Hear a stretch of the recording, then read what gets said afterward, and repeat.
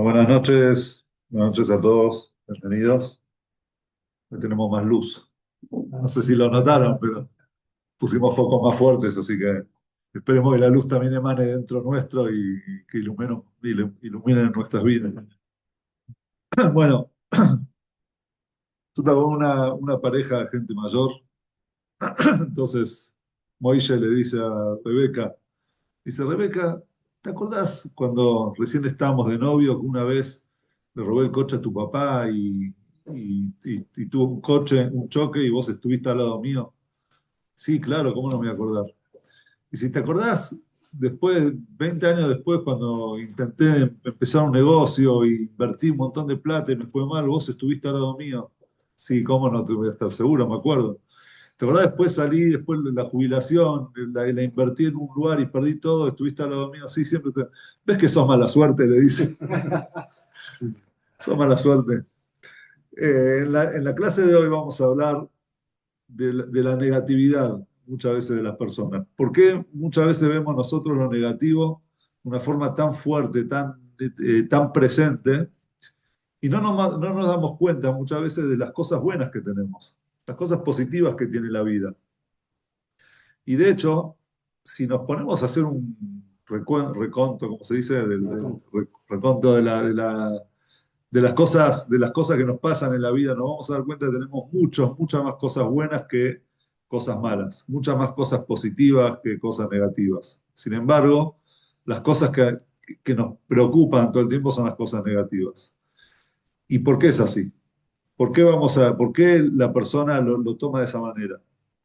Escuché que por ahí, no sé si no vi la fuente, lo escuché, que una cosa positiva, perdón, una cosa negativa es equivalente a, no me acuerdo, creo que eran 10 cosas positivas. Es decir, la persona, 10 cosas buenas quizás provocan en la persona o llevan a la persona a sentir, digamos, a estar, a ver, digamos, las cosas buenas al mismo tiempo que una cosa mala. Si cuando nosotros vemos algo malo, eso nos lleva a nosotros el mismo tiempo que 10 cosas buenas y positivas.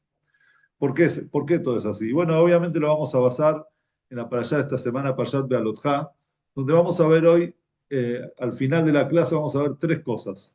Primero el primer tema es por qué uno es negativo, por qué esa negatividad.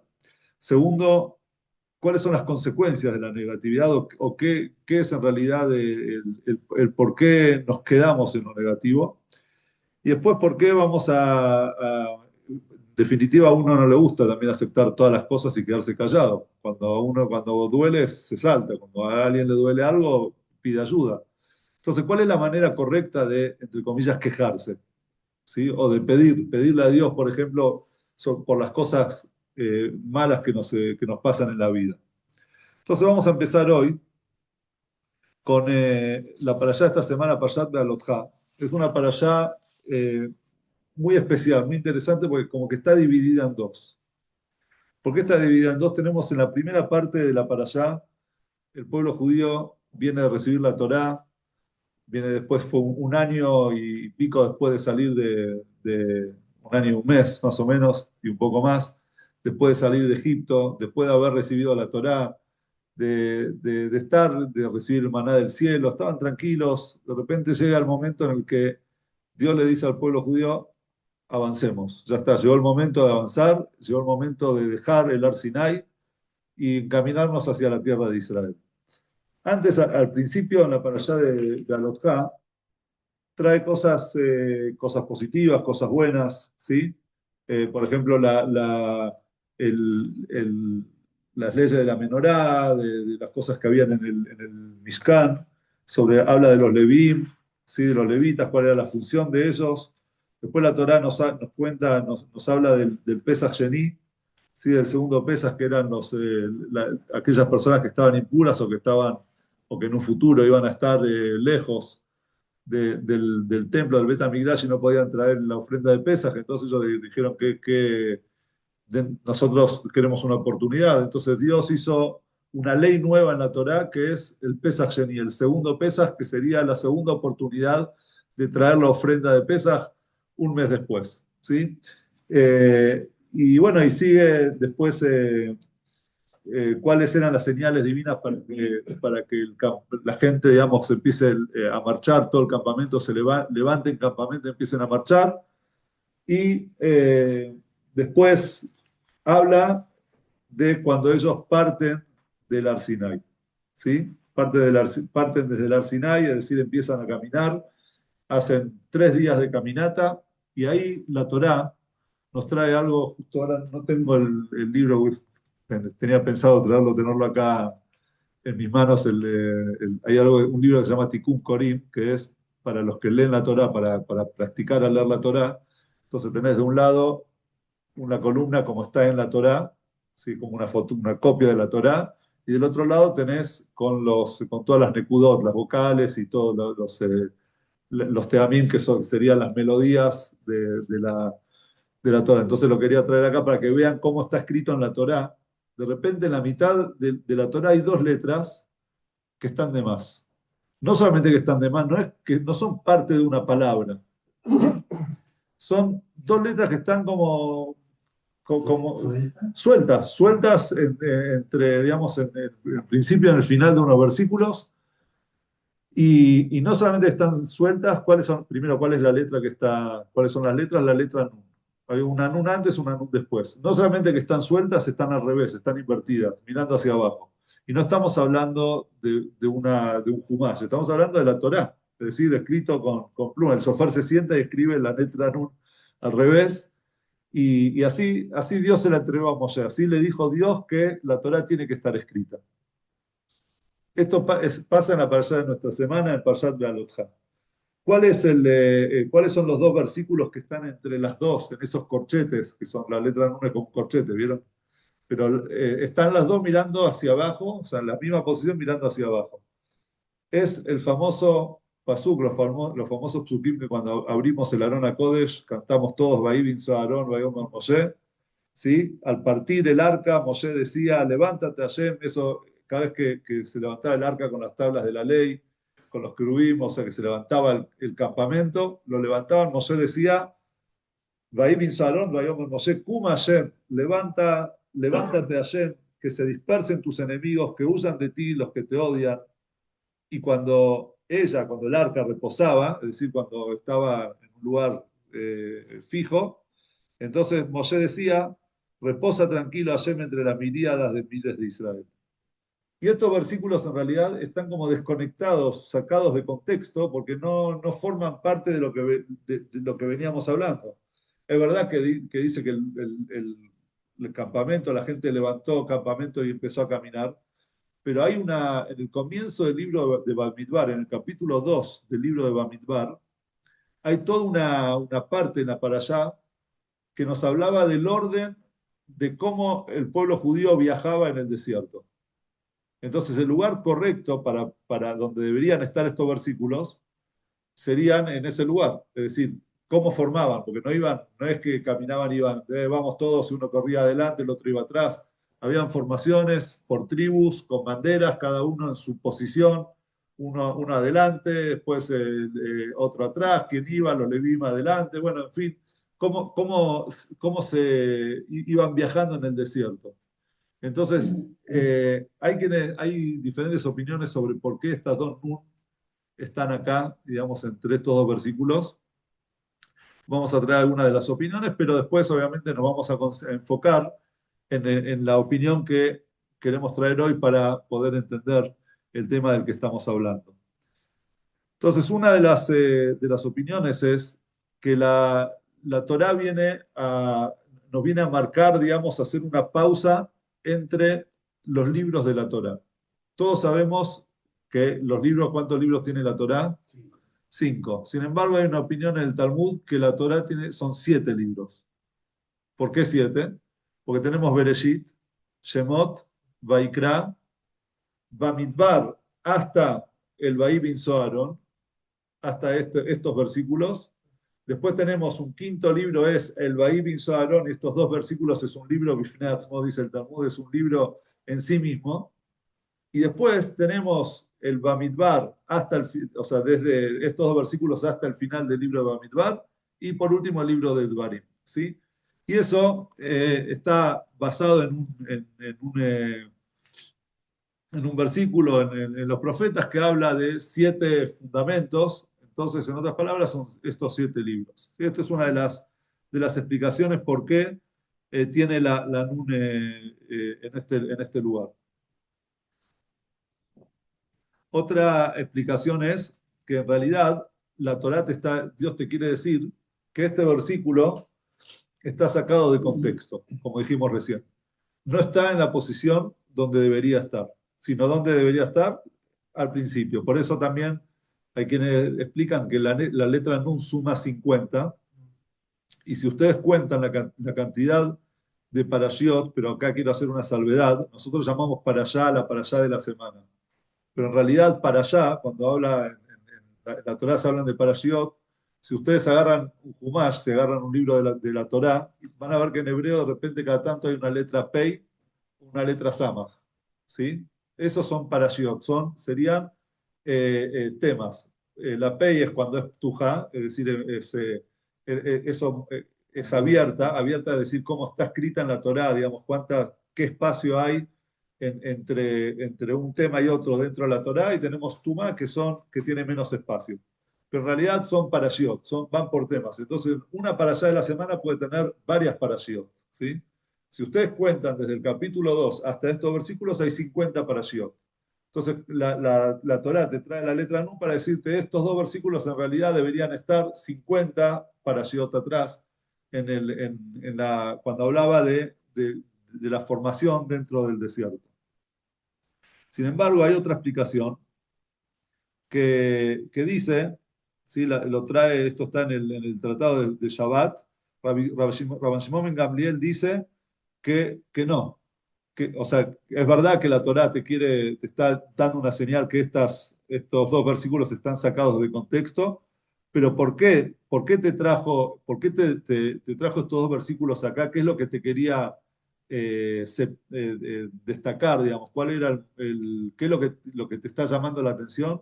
Es que la Torá quería separar, escuchen bien esta explicación, entre queja y queja.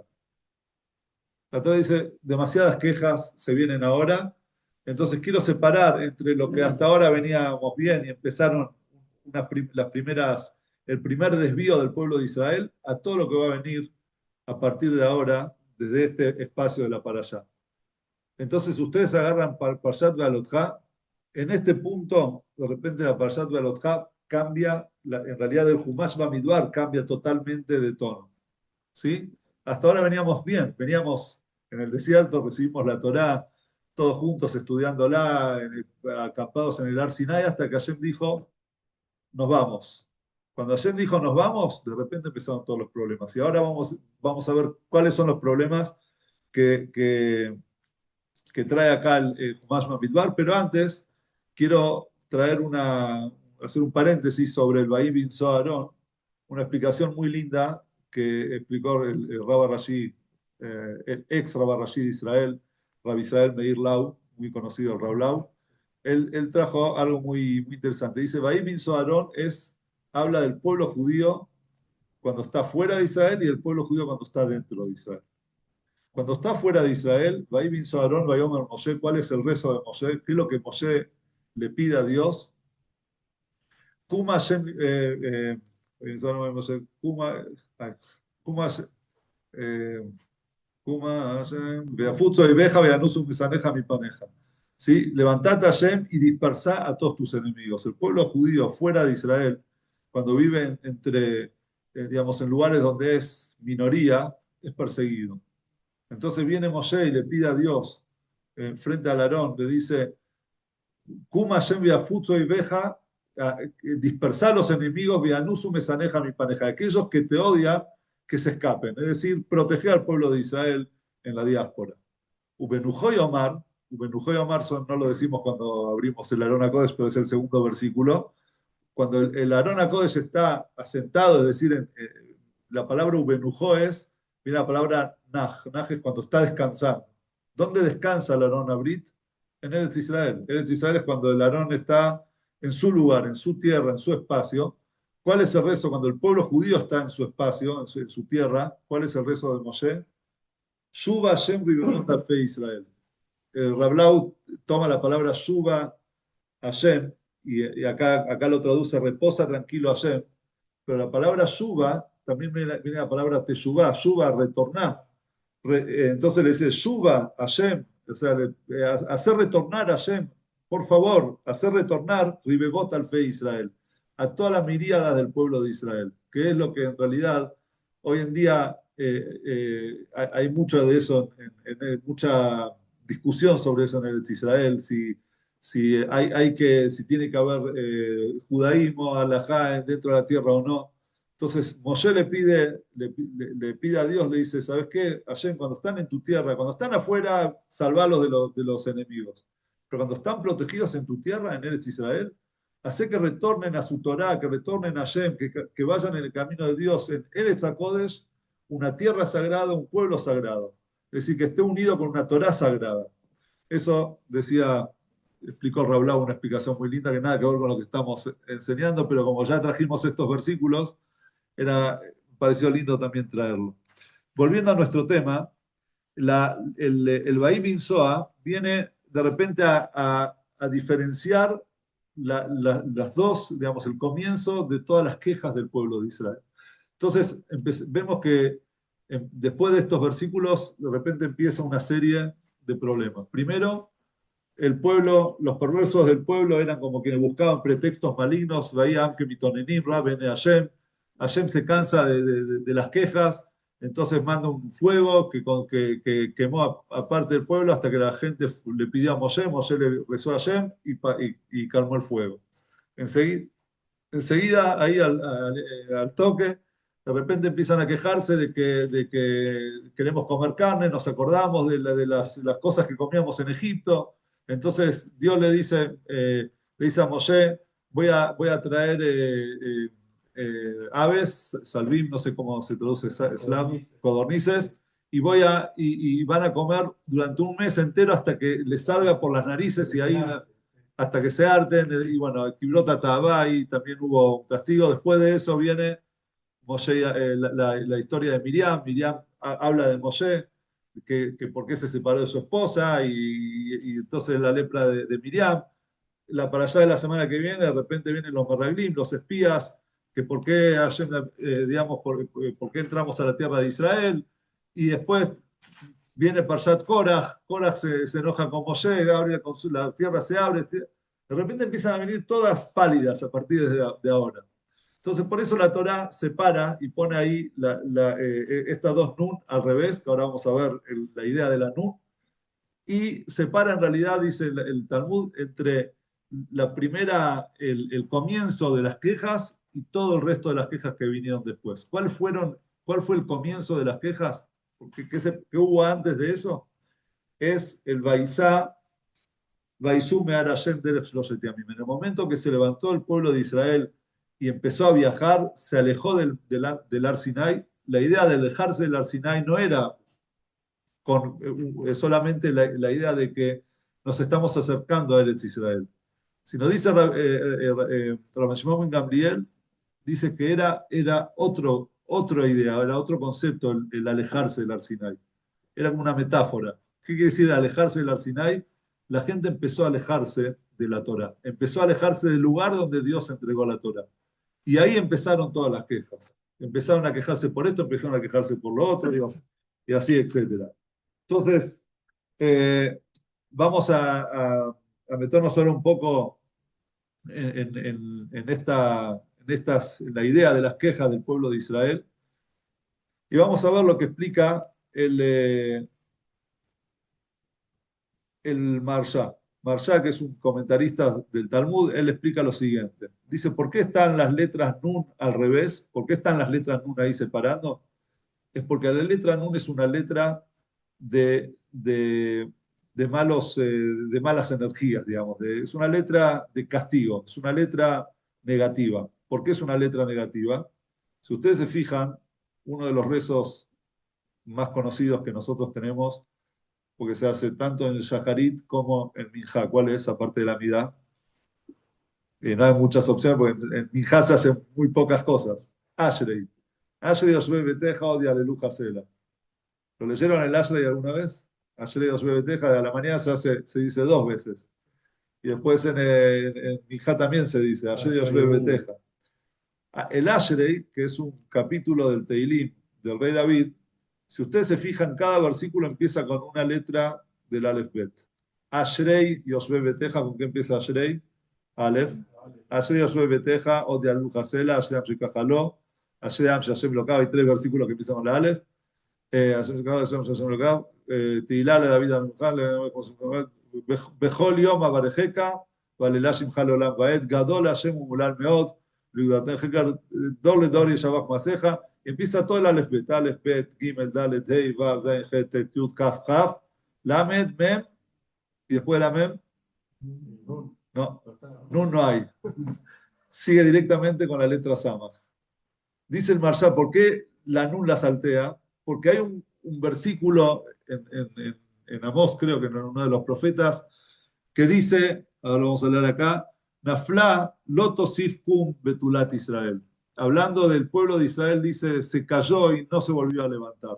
La palabra nafla viene con la letra nun. Nafla se cayó, es decir, un tropiezo, una caída, un descenso del pueblo de Israel y no se pudo volver a levantar. Ahí me parece que está hablando de las 10 tribus de Israel que no volvieron no las volvimos a encontrar. Pero la letra nun es una nefilá, es una caída. Entonces, por eso el rey David dijo, caídas no quiero. Entonces, con la letra Nun no voy a hacer ningún versículo. Pero ¿cuál es el consuelo? Está en la letra Samach. ¿Qué dice la letra Samach? ¿Cómo es el pasuk, el versículo de la letra Samach? Someh Hashem lejol, no creo que lo sepan. Someh Hashem lejol anoflim. Dios apoya, es el apoyo, el sustento de todos los noflim, de todos los caídos. Ahí el rey David puso en la letra Samach, en el versículo de la letra Samach, puso el motivo por el cual él omitió la letra Nun. Porque la letra Nun es Noflim, habla de una caída, habla de un descenso, habla de algo malo, pero en la letra Samach, el rey David dice, Someh Hashem dejó la Noflim. Podemos confiar en Hashem, que Hashem apoya, es el apoyo de todos los caídos. Entonces viene el Marsha y nos dice, la letra Nun, acá en la Torá, cuando Hashem elige la letra Nun, es porque Hashem nos está hablando de una nefila. A partir de ahora empieza un descenso, una caída en el pueblo de Israel, que termina ¿con qué? ¿Con qué termina esta caída? No, el becerro de oro fue antes. Pero ni siquiera, es más, ni siquiera en el becerro de oro ocurrió lo que vamos a ver ahora. Ahora ya vamos a ver qué es lo que no ocurrió, ni siquiera en el becerro de oro. Pero Hashem, a partir de este momento, y terminando con los Meraglim, la situación de los espías, es cuando Dios decide que esa generación no iba a entrar a Eretz Israel. Todos iban a morir en el desierto, iban a quedarse 40 años dando vueltas hasta que todos mueran, y va a entrar una nueva generación, porque la generación que va a obtener la tierra de Israel tiene que ser una generación positiva, no una generación negativa.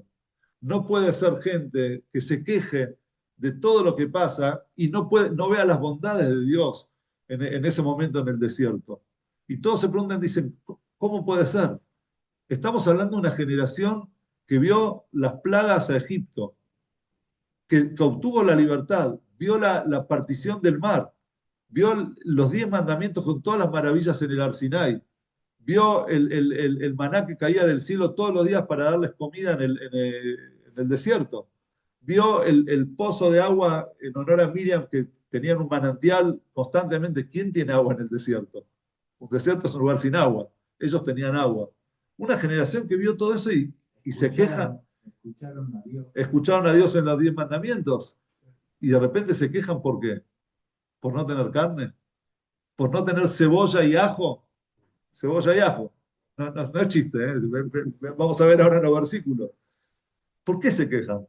Entonces, eso es lo que nosotros tenemos que ver.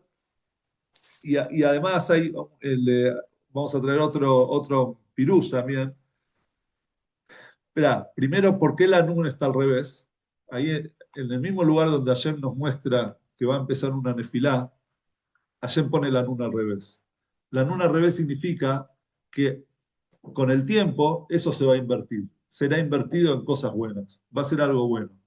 O si no, según otra opinión, es como cuando un padre de repente castiga a su hijo y se muestra como distanciado, él está siempre mirando hacia atrás, mirando qué está pasando con su hijo. En realidad no se distancia de verdad, no es un distanciamiento real, se hace como si fuera. Entonces Dios dice, es verdad que ahora empieza la parte más difícil, más dura, más negativa, pero yo estoy con ellos, yo los estoy mirando. Y todo esto se va a invertir, todo esto va a cambiar y va a estar para bien, va a ser para bien. La, la, el Kli Yakar explica que la palabra nun en arameo significa pescado. Nun en arameo es pescado. ¿Qué quiere decir con la letra nun? Ahí la Torá, Dios en la Torá, nos dice a nosotros que el pueblo judío se compara, eso está escrito en otro lugar, el pueblo judío está comparado al pez. ¿Por qué? Porque un pez sin agua no puede vivir. Ven Maim, como dice, en Maim la Torá. No hay agua sino la Torá. La Torá lo comparan los sabios, dice, hoy kol samele julemaim, todo sediento que vaya al agua. Hay un versículo que dice así. ¿Qué quiere decir todo sediento vaya al agua? Que me está, la Torá, miren qué inteligente que es la Torá, ¿eh? El sediento que vaya al agua. Qué gran sabiduría, muy sabia. Dice, no, el que lo lee literal no lo está entendiendo. Hoy Kol Samele Juremaim es cuando vos tenés una sed interna, cuando vos tenés algo interno que te llama y no sabes qué es, algo que te arde por dentro y no sabes hacia dónde, anda al Maim. En Maim es la Torah. Y no hay agua sino la Torah se compara al agua, porque así como el agua eh, permea y entra, se mete en todos lados, lo vemos todos los que tenemos gotera o no gotera, a veces humedades en las paredes, en los techos, vos decís, pero ¿de dónde sale?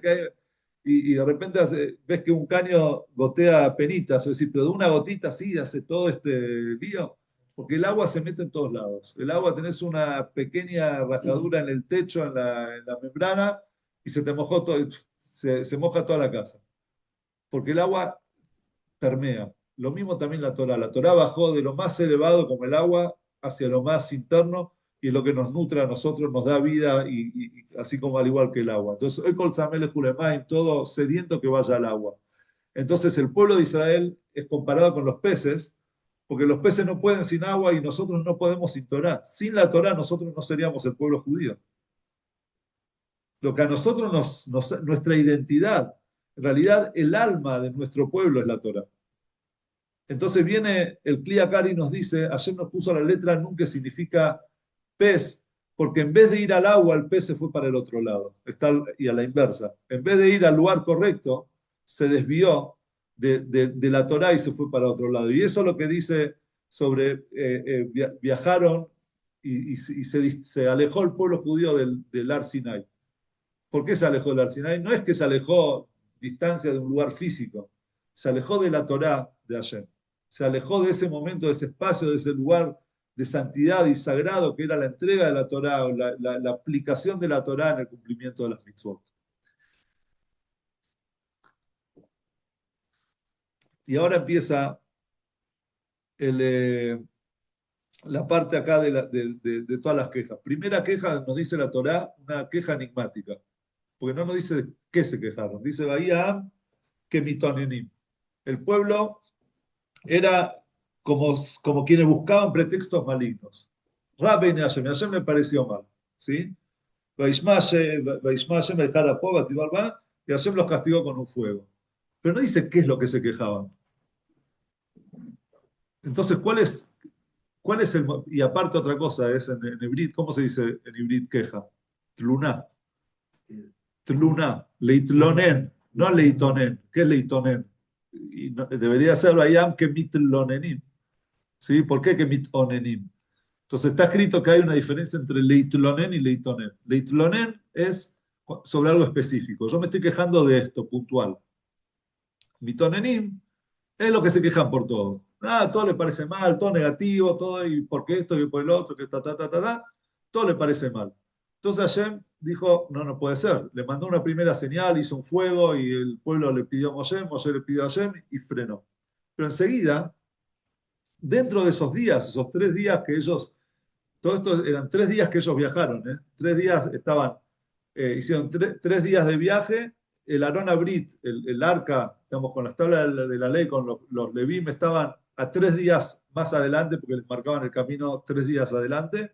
Y en esos 3 días de repente pasó esto, y pasó también que las Afsuf, que eran los anexados al pueblo de Israel, que eran egipcios que se juntaron con el pueblo judío, empezaron a agitar al pueblo en contra de Moshe, en contra de Dios, diciendo, Vayam que de repente empezaron a desear comer carne, y empezaron a llorar y dijeron, ¿quién nos va a dar de comer carne? Ahora carne ellos comían, ellos tenían animales que habían traído de Egipto.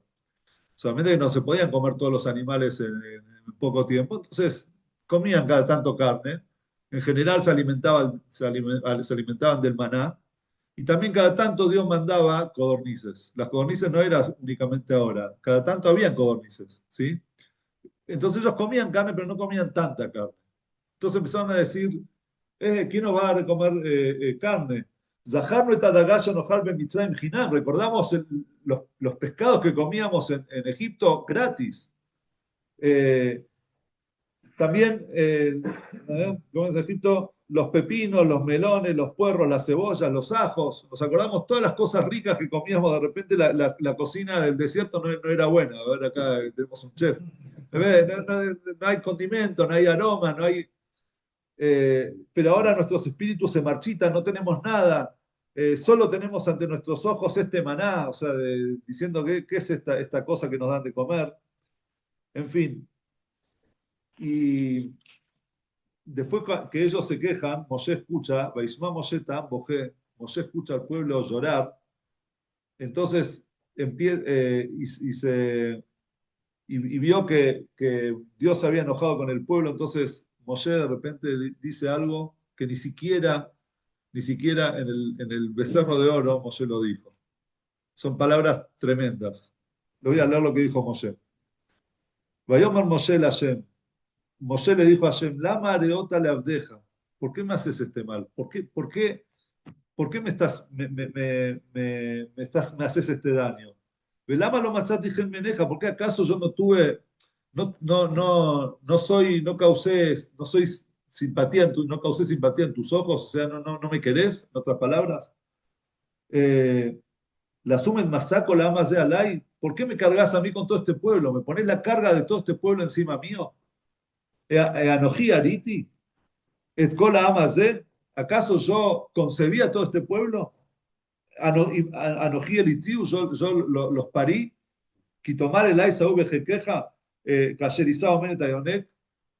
¿Acaso, o sea, como para que me digas, llevarlo en tu vientre, no, en tu falda, ¿cómo se llama? En tu regazo, como alguien que amamanta a un bebé, como llevarlo, cuidarlo, o sea, le dice Moshe a Dios, o sea, ¿qué mal te hice para que me cargues con todo este pueblo? Además, me hay li basar la tele de más. ¿De dónde voy a sacar yo carne para darle a todo este pueblo? Kivku alay le mort nada no basar en ojela, porque eso me dicen, dame carne y vamos a comer. ¿De dónde voy a sacar carne?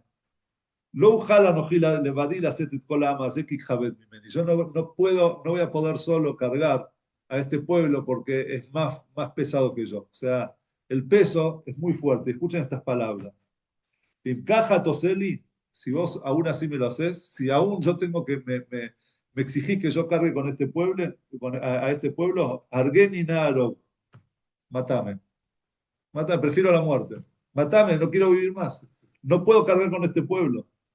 Veale de verdad a ti, por favor, si te queda algo, digamos, de simpatía, si te queda algo de cariño por mí, entonces matame y no permitas, no quiero ver este sufrimiento, ya está. Moshe de repente llega en este momento las quejas del pueblo, ni siquiera de vuelta el becerro de oro hizo que Moshe le pida a Dios, matame y ya está. No quiero llevar ya con la carga de este pueblo. ¿Cómo termina la situación? Dios le dice a Moshe, tomá 70 ancianos, yo le voy a dar de tu espíritu de profecía, lo voy a poner, o sea, los voy a dotar a ellos de espiritualidad, y ellos van a ser tu ayuda para poder cargar con este pueblo. No vas a ser vos solo, tus espaldas, sino van a haber 70 personas y después Dios manda un montón de codornices, no un día, no 2 días, no una semana van a comer, sino un mes entero van a comer codornices hasta que les salga ya de la boca y la gente se ahogaba de la comida de las codornices, en fin.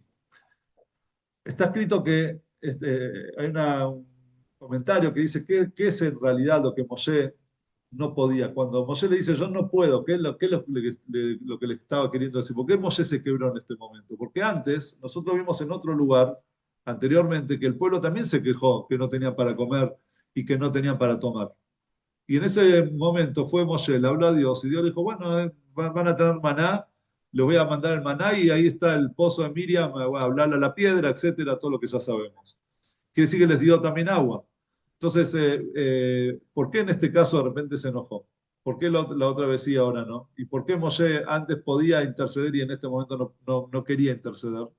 Primero, porque no es lo mismo pedir para comer pan y agua, son cosas, son alimentos básicos, que pedir, no, yo quiero carne, escúchame, no un poco de carne, porque carne tenía, no, yo quiero mucha carne, quiero comer. Entonces, Moshe dijo, yo no puedo pedir algo que yo no necesito. Si cuando alguien pide esto, esto es una lección. Cuando alguien quiere ayudar a otra persona, primero tiene que empatizar con el otro, con el problema del otro. Tiene que sentir lo que el otro siente. Por más que no sea lo mismo, por más que alguien venga y te diga, hay una historia con el Mitter Rebel, el Admiral Tzaí, que vino una persona y le dijo algo que había hecho muy grave, entonces él paró la audiencia privada, la reunión con ese Hasid, y le dijo, dame un ratito, fue, se quedó bueno, y volvió y ahí le dio su consejo. Entonces le preguntaron, ¿por qué paraste? Entonces le dijo, yo siempre que viene alguien a pedirme un consejo, trato de reflejarme en el problema. Es decir, trato de sentir dentro mío algo similar, que me genere algo similar a lo que está viviendo él, para poder empatizar con él y darle un consejo correcto.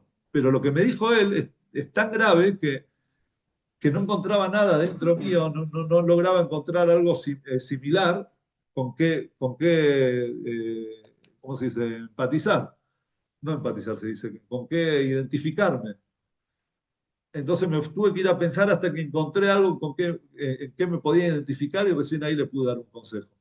Entonces Moshe lo mismo. Moshe, cuando bajó del Arsinai, Karanor Moshe, la cara de Moshe brillaba, irradiaba luz.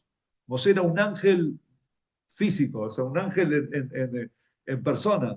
¿Por qué? Porque él se elevó a nivel de los ángeles. Entonces, pan y agua él necesitaba. Moshe necesitaba comer y tomar porque era una persona, un ser humano.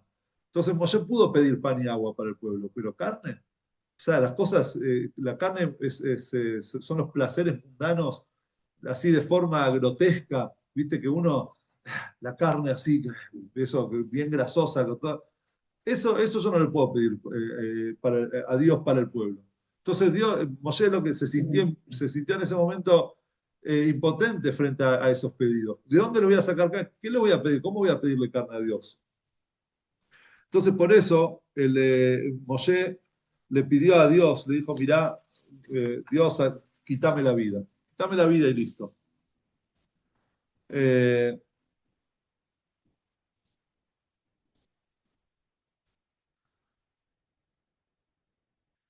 pero lo más llamativo es cuando Dios le dice a Moshe, Moshe, no te preocupes, eh, yo le voy a dar,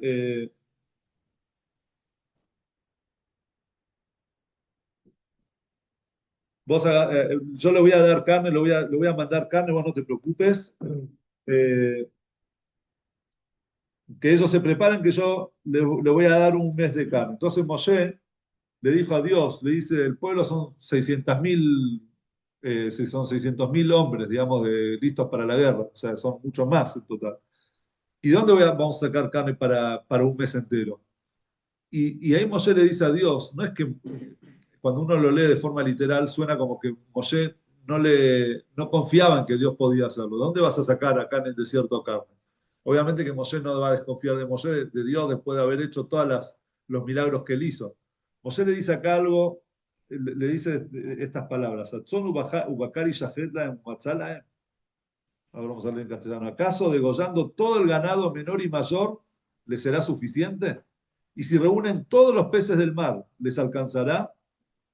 Moshe le está diciendo a Dios, dice Dios, no importa lo que les des, el problema es que ellos se quieren quejar. No es que les falta carne, no es que les falta pescado. Por más que les des todos los pescados del océano, se van a quejar. A ellos no les interesa eso, están quejosos. ¿Sí? Entonces, como dice Laura Jaim, dice, vos le vas a dar carne, te van a pedir pollo, le vas a dar pollo, te van a pedir pescado. No tiene solución. El pueblo es un pueblo que está, este pueblo se está quejando, ya está, están en ese mood de queja y todo el tiempo y no importa lo que les des. Entonces, eh, hasta acá es bueno, después viene todo lo que Dios manda a las codornices, etcétera. Entonces la pregunta que nos vamos a volver a hacer, como decimos al principio, es, este pueblo, después de ver todas las cosas maravillosas de Dios, ¿qué no le gustaría estar en el desierto ahí y que con las nubes que los protegen y que el maná del cielo y que ver a Dios y la partición del mar y todas las maravillas? Ellos vivieron las cosas más grandes y todavía se quejan. O sea, ¿por qué se están quejando y de qué se están quejando? Una vez un profesor, un conferencista, entró a la universidad donde iba a dar la conferencia con una hoja blanca y un punto negro, un punto así negro en el medio de la hoja. Entonces levanta la hoja y le dice, ¿qué ven acá? Todos dicen un punto negro. ¿Vos qué ves? Punto negro. ¿Vos? Un punto negro. ¿Vos? Un punto negro. Dice, ¿cómo puede ser que todos ven el punto negro y no ven todo lo blanco que hay alrededor? ¿Por qué no una hoja blanca? ¿Por qué un punto negro y no una hoja blanca? Si las personas generalmente suelen ver lo negro, lo malo, lo difícil, los desafíos de la vida los ven como algo que nos ahoga, que, como dicen, nos ahogamos en un vaso de agua, y no nos damos cuenta de todo el blanco, toda la luz, todas las cosas positivas que hay alrededor, todas las cosas que nosotros vivimos. Vamos a ir a la actualidad. Hoy estamos todos sufriendo por todo lo que pasa en el Israel. Y estamos pensando que estamos en una situación durísima, dificilísima. Y es verdad. Pero nos olvidamos que estamos en Eretz Israel, que las fronteras de Israel están casi tan amplias como en la época de David Amélez, que hoy tenemos un ejército poderoso, que el mundo entero nos respeta, que tenemos un país alguien que pueda salir a rescatarnos en el lugar donde estemos. O sea, son todas cosas buenas, es verdad que hay cosas malas, pero hay que enfocarse en todas las cosas positivas que tenemos hoy en día y no solamente en las cosas malas. Pasó una vez con mi hija, que fuimos a un lugar, pasamos genial, hermoso, un día, no me acuerdo qué ese día era, me pidió algo, no me acuerdo si era un caramelo, un helado, que yo le dije que no. Y después la vi cara larga todo el viaje. Le digo, pero ¿cómo? Salimos, la pasamos genial, hicimos todo bien, y por un helado, ¿no? Es que un chico lo ve así, y muchas veces nosotros somos como chicos. No, pero no me compraste el helado. Pero todo lo demás, que estaba buenísimo, que no valió la pena. No, pero estoy. Entonces a nosotros, gente grande, también nos pasa lo mismo. Nos levantamos a la mañana y de repente pensamos en los problemas, no pensamos en las cosas buenas. ¿Por qué? Hay algo que se llama sesgo de negatividad, que es algo que la persona ve lo negativo como el fin del mundo, como algo gigante. Y las cosas buenas las pasamos así, tipo como rutina. ¿Pero por qué? Porque realmente el ser humano cree, siente, que las cosas buenas uno lo merece. Yo merezco todas las cosas buenas. Entonces, cuando a vos viene alguien y te dice, che, ¿cómo estás? Bien, todo bien. ¿Todo, no? Sí, todo ok. Todo bien. Y piensa dentro suyo, no tengo nada para contarle. Dice, ¿qué le voy a contar? Que me levanté a la mañana, que fui a trabajar, la rutina, todos los días. Sin embargo, cuando uno tiene un problema, che, ¿cómo estás? Hoy no es mi día, hoy me la estoy cruzando, no sé los líos que tengo, tuve que ir al banco, la cuenta, que no sé qué cosa, que un trámite me demoró 3 horas. A la mañana ya piensa que el día está perdido. Que ya perdió todo el día, qué sé yo. pero ¿por qué no te levantaste a la mañana, desayunaste, comiste algo, tenés salud, tenés ropa, salís, tenés un trabajo, tenés una familia, ¿por qué todo eso lo vivís como si fuese algo normal y las cosas malas como si fuese algo que te saca? En realidad, ese es el motivo por el cual la mayoría de nosotros nos quejamos cuando tenemos cosas malas, porque lo bueno para nosotros lo tomamos como algo automático. Automático, digamos, me levanté, salí a trabajar, es algo que obvio. ¿Por qué? Y cuando hay algo bueno, realmente bueno, que es maravilloso, es decir, cuando uno vive algo que a veces uno lo toma como milagroso, ¿cuánto le dura la emoción? No le dura lo mismo que te dura el problema. Y hay un motivo. Uno de los motivos es que algo bueno es una solución y un problema es algo a solucionar. Entonces, como vos un problema lo tenés que solucionar, entonces eso te exige pensar, esfuerzo, cómo voy a hacer esto y quedarte en ese tema y todo, maquinar y pensar y todo. Entonces, obviamente que le vas a dar mucho más tiempo a eso que al resto de las cosas buenas. Pero en realidad, a veces la persona se queda estancado en los problemas y no dice, bueno, es un problemita, es un puntito negro en una hoja blanca. Todo lo demás es blanco, todo lo demás está bien. Y cuando vos partís de ese punto de que todo lo demás está bien, eso negro no te va a afectar la vida. Lo vas a tomar como, bueno, algo a solucionar, no algo que ahora me está manejando la vida entera. ¿Sí?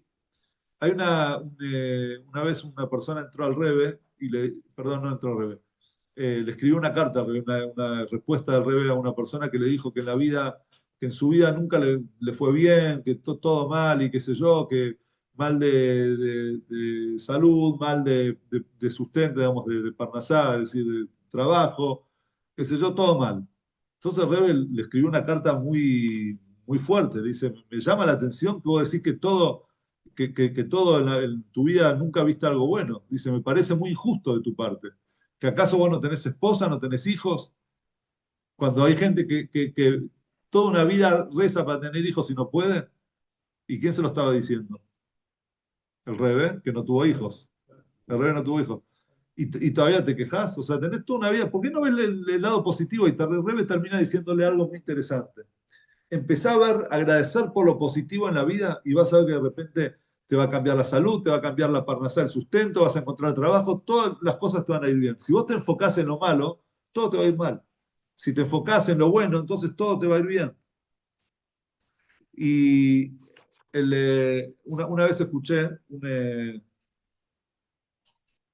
me acuerdo cómo era la historia, creo que una persona fue al rabino y le dijo, mire, Rab, dice, me va todo mal. Y cuando digo no me puede ir peor, me va peor. O sea, llega yo pienso que estoy ya en el piso, en lo más profundo, y peor, y peor, y peor. No puede ser, no puedo estar peor ya.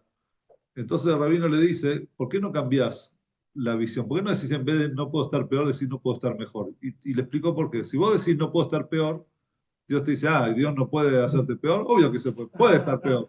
Vas a estar peor. Entonces, siempre se puede estar peor y Dios te lo va a mostrar. Pero si vos le decís a Dios, Dios, no puedo estar mejor, entonces Dios te va a decir, no podés estar mejor, vas a ver cómo vas a poder estar mejor. Y te va a dar mejor. Es un cambio de óptica, es ver las cosas desde otro lado, desde otra perspectiva. Y uno de los motivos también por el cual la persona digamos, le gusta quedarse sufrir con los problemas, es porque sufrir a veces es cómodo. Porque cuando vos culpás a todos, que vos estás mal y todo está mal y todo alrededor está, entonces te desligás de hacer lo que tenés que hacer. Es una forma de levantar los brazos y decir, y no puedo, y ya está, entonces no voy a hacer nada para poder salir de esto. Porque total está todo mal, nadie me quiere, todos están errados menos yo y nunca voy a poder subir. Es una forma de quedarte en el lugar y no actuar. ¿Sí? Ahí es interesante que hay una misma palabra que para dos cosas que parecen distintas, pero que en realidad una está conectada a la otra, que es la palabra reconocimiento y reconocer. ¿Sí? Un reconocimiento que es Cuando vos le reconoces algo a alguien, es como decirle gracias a alguien, está dando un reconocimiento. Reconocer algo es reconocer un error, es reconocer que vos estás en falta, estás en deuda con la otra persona. Tenés razón, te reconozco tener razón. Parecen dos cosas distintas, pero no lo son. Porque cuando la persona está, le reconoce a alguien algo, le reconoce en el sentido de un reconocimiento, le hace un reconocimiento a la otra persona, dice, che, muchas gracias, la verdad que me ayudaste mucho, automáticamente la persona de repente está en una posición de deuda. ¿Sí? Yo ahora tengo que retribuir el bien que él me dio. ¿Y a quién le gusta retribuir el bien? Prefiero victimizarme, sentirme mal, para no debo nada a nadie porque de esa manera no. Entonces viene el Alter Rebbe y te dice, un reconocimiento te lleva a reconocer. Reconocer es decir, sí, estoy en deuda con la otra persona. Él me hizo un bien, yo le tengo que devolver bien, porque las cosas son recíprocas y un bien trae otro bien. Una bondad trae otra bondad, como una maldad trae otra maldad. Entonces, si nosotros nos vamos a sentir todos en deuda con el otro, en vez de sentir que todos nos deben a nosotros, entonces de repente el mundo se va a ver distinto. Vamos a tener una vida de agradecimiento. Y esto en el judaísmo nosotros lo vemos muy claro, por ejemplo, a la mañana. Nos levantamos a la mañana, ¿qué es lo primero que hacemos cuando abrimos los ojos? Miramos al lado y decimos, esta mujer que me pusiste. No. ¿Qué decimos a la mañana? Modéan ir faneja, me deja de callar. Le agradezco a Dios por darme un día más de vida, por confiar en mí, por confiar en mí un día más de vida. Eso ya es agradecimiento. Y después nos levantamos, tenemos 20 brajotas a la mañana, se agarran el sidur, los que hacen Birkota Shahar, las bendiciones de la mañana, bendito sea Dios por tal cosa, bendito sea Dios. Una de las bendiciones es Shazari Kol Tzorki, que cumpliste todas mis necesidades, cubriste todas mis necesidades. ¿Y por qué no hacemos solamente esa braja? Cubriste todas mis necesidades y incluye todo el resto. Dice, no, porque la persona tiene que estar agradecido por cada cosa. Como dijimos antes, a veces 10 cosas buenas es como una cosa mala.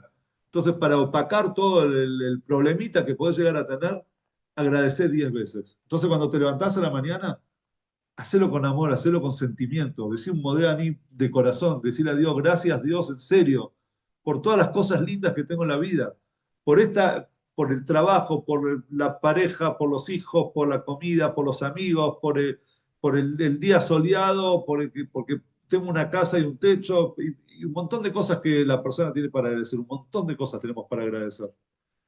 Hay un pasuk que decimos en el Teilim, dice, Yodú Lashem Hasdo beniflotar bibne Adam. Yodú es, reconozcámosle, o sea, agradezcámosle a Dios su gesed, su bondad, en singular, benifleotab bibne Adam. Y sus maravillas, las maravillas que le hace a la persona, y sus maravillas a las personas. Entonces dice, ¿por qué empieza en singular y termina en plural? Debería haber dicho, oh, agradezcanle sus bondades y las maravillas que hace con las personas, o agradezcan a Dios su bondad y la maravilla que hace con las personas. ¿Por qué de esa manera? Entonces no me acuerdo qué Rebe dijo, dice cuando la persona le agradece a Dios cada bondad, una bondad en particular, entonces de repente se va a dar cuenta que ni flotable ni nada. Todas las maravillas que él tiene en su vida, las maravillas que Dios le manda al ser humano. Cuando uno cambia la óptica, cambia la forma de ver las cosas y empieza a agradecer por cada cosa que tenemos, entonces la vida cambia. De repente uno ve una vida buena, uno está feliz, está contento, va saltando de alegría, caminando en la calle, cantando. Esa es la forma, eso es lo que nos enseña a nosotros esta para allá de Alotja. Por eso Dios hizo un corte en el medio y dijo, acá empieza algo distinto, empiezan las quejas, empieza todo lo negativo, pero la luna está al revés. El cambio se puede hacer. El cambio está en nosotros. Nosotros podemos modificar esa forma de ver las cosas malas y empezar a ver las cosas buenas. Y volviendo al tema de la parashá, en realidad ellos no se estaban quejando, dicen nuestros sabios, que la queja de ellos no era realmente por la comida. Porque acaso en Egipto ellos comían gratis. Si ellos eran esclavos en Egipto, ¿qué le daban gratis? Lo único que le daban gratis en Egipto era la tierra para hacer adobe, ¿cómo se llama? Adobe. El adobe, sí, para los ladrillos, lo único que tenían gratis en Egipto. Tenían que trabajar, le sacaron toda la riqueza, la vida le sacaron. ¿Sí? Mataban a sus hijos. Entonces, ¿qué gratis tenían en Egipto?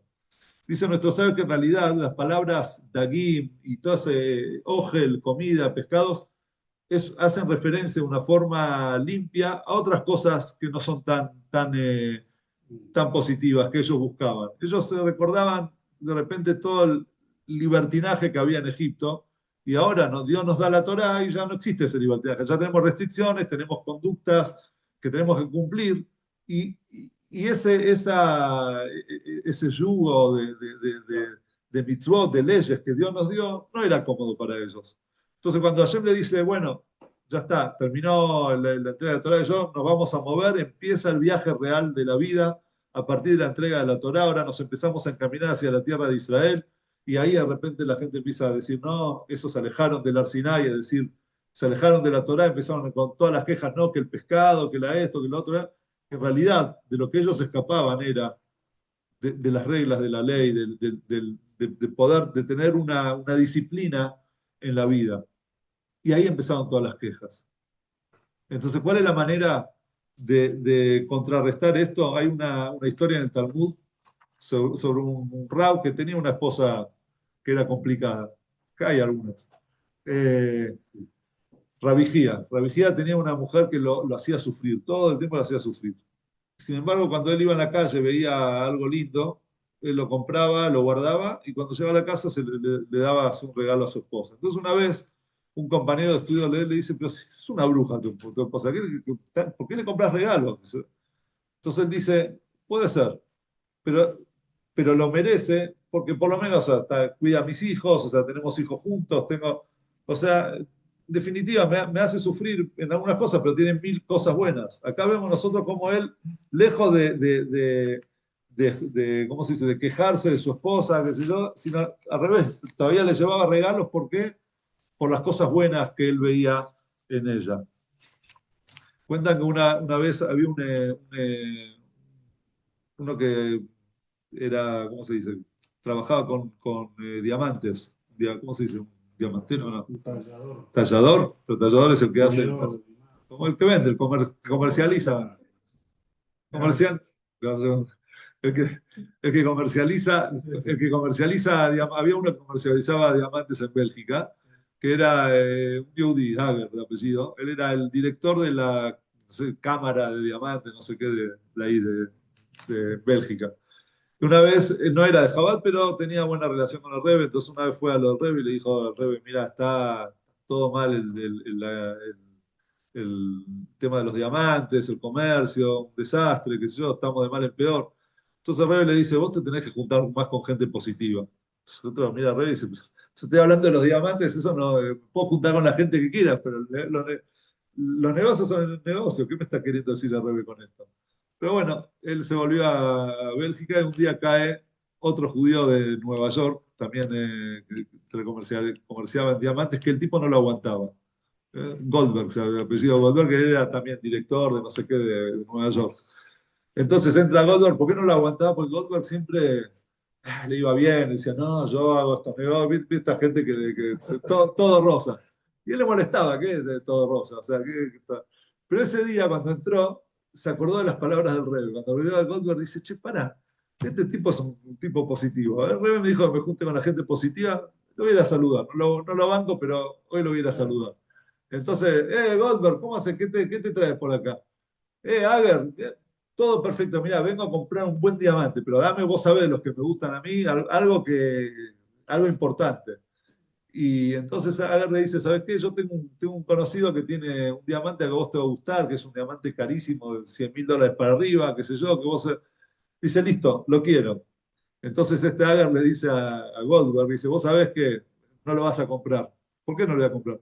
Dice: Porque acá en Bélgica, cuando te quieren vender algo, le tenés que tirar abajo el producto, ¿no? Decirle: Sí, dale, lo quiero comprar. Porque si vos decís: Sí, lo quiero, porque no lo vas a comprar. Si vos realmente lo quisieras comprar, hubiese dicho: Bueno, pero eso no es tan valioso, no es tan bueno, no podés. Quiere decir que ahí lo vas a comprar. Entonces le dice: Bueno, eso puede ser en Bélgica, pero en Estados Unidos no somos así, dice.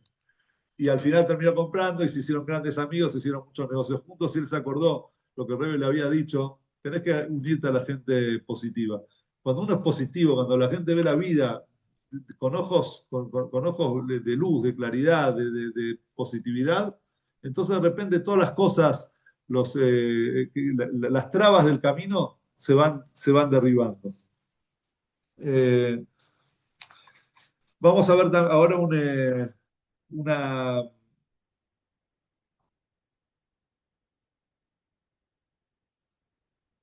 vamos a ver un ejemplo para concluir y después vamos a ver cuál es la manera, con este ejemplo también vamos a ver cuál es la manera de pedir en realidad. Habían dos mujeres, las dos eran estériles y las dos le pidieron a Dios y las dos tuvieron un hijo. Y a partir de ahí cada una siguió otro destino. ¿Quiénes eran esas dos mujeres? Rachel y Hannah. ¿Sí? Rachel, esposa de Jacob, no tenía hijos y las dos fueron a los maridos. Fue al marido, el marido le dijo, pedile vos a Dios, pedile, gritale a Dios. Entonces Rachel le pidió a Dios y ¿quién nació? Yosef. ¿Sí? Por otro lado, la tenemos, ¿qué pasó con Rachel? Después tuvo un segundo hijo, Binyamin, y en el parto de Binyamin ella murió. ¿Sí? Después tenemos a Hannah. Hannah era esposa del Caná. El Caná tenía otra esposa que se llamaba Pniná, que tenía hijos, ella no tenía hijos, entonces fue al Mishkan, le pidió a Dios, y al final Dios le dio un hijo que era equivalente, se lo pone en el mismo nivel que Moshe y Aarón, que era Shmuel, Anabí, el profeta Shmuel. Y ella, pero después está escrito, según algunas opiniones, que ella tuvo 7 hijos más, ¿sí? Haná.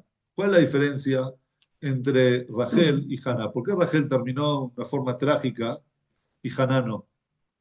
Y Haná tuvo todavía varios hijos más. Entonces, está escrito que el, la, en el nombre que cada una le dio a su hijo, era la actitud que cada una tuvo frente a ese regalo que Dios le dio. ¿Cómo lo llamó Rachel a su hijo? Yosef. ¿Por qué lo llamó Yosef? En la Torah dice Yosef li Hashem ben Acher. Quiero otro más. Yosef es agregar, aumentar. Tuvo uno, quiero otro más. ¿Sí? ¿Y por qué lo llamó, Haná lo llamó a Shmuel Shmuel? ¿Sí? Minashem Shiltiu. Porque yo lo pedí prestado de Dios. Es decir, yo se lo pedí a Dios y Él me lo dio. ¿Sí? Por eso Shmuel. Entonces, quiere decir que en el nombre de Haná, el nombre que Haná le puso a su hijo Shmuel, se veía el agradecimiento a Hashem.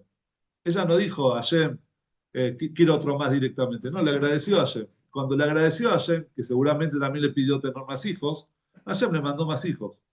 Rachel no le agradeció a Hashem. ¿Y qué le dijo? No quiero otro más. Hashem me mandó un hijo más porque era un tzadeket, pero después de ese hijo ella murió.